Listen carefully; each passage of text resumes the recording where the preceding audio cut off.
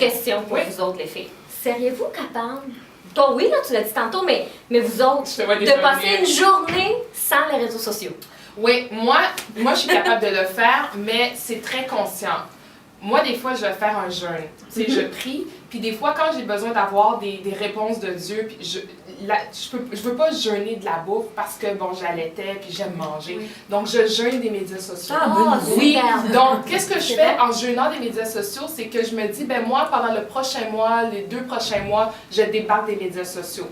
Donc, ce que ça fait... Pendant des mois? C'est ça, pendant 2 mois. Je l'ai fait des fois pendant 2 mois. Je l'ai fait pendant ma grossesse, entre autres, parce que c'était une grossesse qui n'était pas nécessairement facile. J'avais fait une fausse couche. Puis, tu sais, je voulais me rendre au bout. Fait que j'étais vraiment ancrée avec Dieu.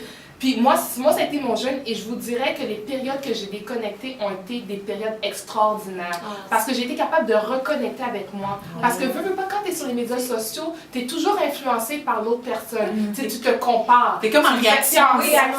En compétition indirecte. Donc, moi, c'était ma façon. Mais est-ce que je le ferais tout le temps? Non. Parce que c'est comme toi, c'est mon outil de travail. Mais oui, et surtout pas sur un webpod. Non, c'est ça. Et dangereux! Ah, ben moi, oui, je pourrais, mais à peu près à ta manière, Nelly. Hein, moi, je te dirais, je ferais comme une semaine, 2, gros max. Ça fait partie de mon métier aussi. C'est ça, on n'a pas le choix. Parce que je partirais de moi, là. Je voudrais tout recommencer à zéro. Un nouveau réseau social. Exactement. Et toi? Je pensais pas que vous alliez me demander la question.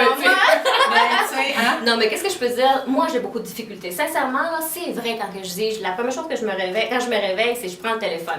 Je sais pas, moi, je pense que je pourrais le faire si je suis dans une île où je mangerais beaucoup de fruits de mer, où j'aurais la plage devant moi. Peut-être que là, je serais capable. Mais du contraire, je suis très honnête, j'ai beaucoup de difficultés. Est-ce que tu aurais la même difficulté si tu étais dans un endroit avec beaucoup de personnes? Ah, là, et non juste des fruits de mer. Et non juste des fruits de mer. Non, mais parce que ça fait pas un besoin social. C'est vrai. Moi, quand je pars dans ma semaine, je suis avec plein de monde. Non, mais c'est vrai, Nelly. Pas juste avec toi. Moi, si je suis avec beaucoup de personnes, c'est vrai que le manque est moins là. Moi, il est moins là. Parce que c'est de la socialisation. Voilà. Tu vois, quand souvent, là, pensez-y, quand c'est une soirée, pas de téléphone, c'est parce que vous êtes avec du monde. Oui. En effet. Mais moi, tu vois, je suis pas une fille de téléphone. Je suis plus capable. On dirait que... Non, c'est vrai. Je parle au téléphone. En anglais, on dit avec a selected few. Fait que les gens qui ont mon numéro de téléphone et à qui je parle, c'est vraiment un réseau très proche. Oui, tout à fait. Moi, je voulais dire dans le sens, les fois où vous le sortez pas, parce que moi, le téléphone ne fait plus allusion à non, c'est ça. Non, t'as raison. Non, moi, c'est les fois où tu sors pas ton téléphone, c'est parce que t'es avec des gens. Voilà, c'est vrai. Donc, tu vas davantage sortir quand t'es toute seule pour être avec des gens. Maintenant, j'ai envie de t'entendre parler sur une autre chose qui te fait une certaine montée de lait. Devinons. On t'entend parler, t'es une femme qui a une grande liberté d'expression, que tu te l'appropries et tu ne caches pas, tu ne manges pas tes mots. Mais toi, ce que tu déplores, c'est qu'aujourd'hui, on vit dans une société où est-ce que les gens ne sont pas appelés à donner leur opinion parce qu'on essaie trop de les BGifier.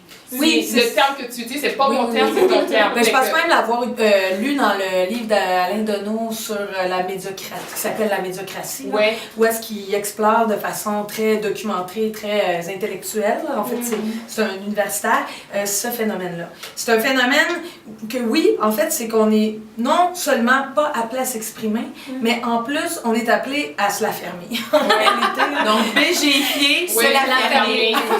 Puis d'être super standard, puis les gens s'auto-censurent énormément, parce que je pense qu'il y a une crise dans le milieu du travail, fort probablement, qui fait en sorte qu'on va absolument garder notre poste longtemps.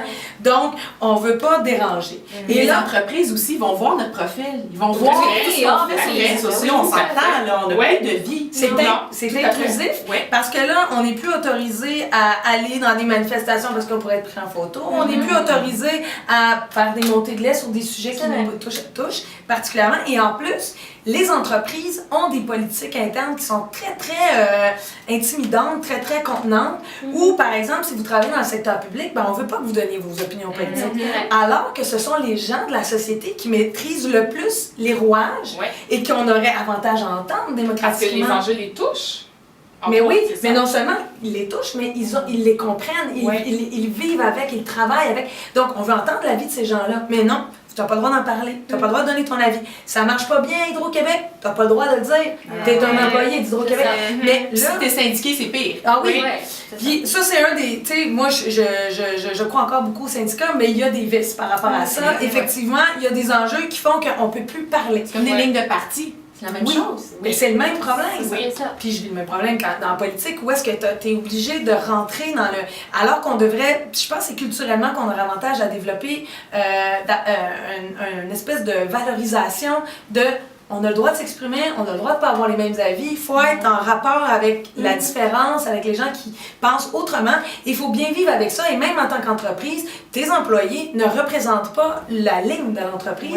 Et elles devraient même avoir une diversité d'opinions en son sein. Et non pas une belgification d'humains standards qui ont l'air d'avoir aucune opinion puis qui font des posts plates sur Facebook. Comme genre, je suis mauvaise humeur, ce que j'ai mangé. J'ai mis ma tasse en café. Puis c'est justement parce que quand tu dis ça, t'as beaucoup de gens qui se disent, mais aujourd'hui, ils écoutent qui? Les journalistes, les chroniqueurs ou les trolls? Oui. Oui, c'est ça, c'est ces gens-là. Puis là, ça finit par être des gens qui sont pas dans ces domaines-là, qui ont le droit de prendre la parole puis d'avoir des opinions extrêmes, ou les chroniqueurs qui sont parfois... non, mais... tu sais, en tout cas, l'espèce de titre qui te permet de dire n'importe quoi aussi, parfois.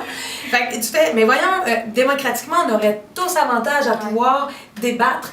On a, tu sais, quand... Moi, le fameux mot démocratisation dont tu parlais tantôt, que j'ai un malaise, c'est pas de la démocratisation, c'est de l'accessibilité. Parce que dans le concept de démocratie, il y a l'aspect culture du débat et information. Ces deux éléments-là sont primordiaux et on les a pas actuellement. On les a pas au Québec. Non, on n'a pas ça. Et c'est la base. Alors, je pense que, oui, c'est ça, moi, ça me met tellement en colère que j'ai... Mais moi, j'ai décidé de m'en foutre puis de faire, moi, je vais faire avec des entreprises qui sont à l'aise avec ça. Mais toi, c'est pas donné à tout le monde parce que justement, imagine-toi, toi, tu dis ça, t'es caucasienne. Les gens issus des minorités ethniques et de la diversité, encore moins comme nous. Exactement. Mais ce que ça fait, c'est que ces gens-là doublement se censurent. Parce que la petite position que tu as acquise, parce que tes parents sont arrivés ici, puis toi, tu as eu un bac, là, tu veux pas parler, tu veux pas perdre ce poste-là. Puis pire, avoir des enfants. Moi, j'ai pas d'enjeu financier qui m'oblige à vouloir avoir une sécurité absolument. Mais quand tu as des enfants, tu es monoparental. Fait que là, ça augmente cette belgification-là parce que tu veux te trouver un emploi, etc. Fait qu'on perd la parole de plein de gens qui seraient super intéressants à cause de ces espèces de phénomènes. C'était super. Incroyable, hein? On garderait 3 heures. Incroyable, Nelly. J'en profite pour lui parler en espagnol parce que Nelly, elle parle espagnol. Muchas gracias. Ah, muchas gracias. Tu reviens n'importe quand à... Hueva!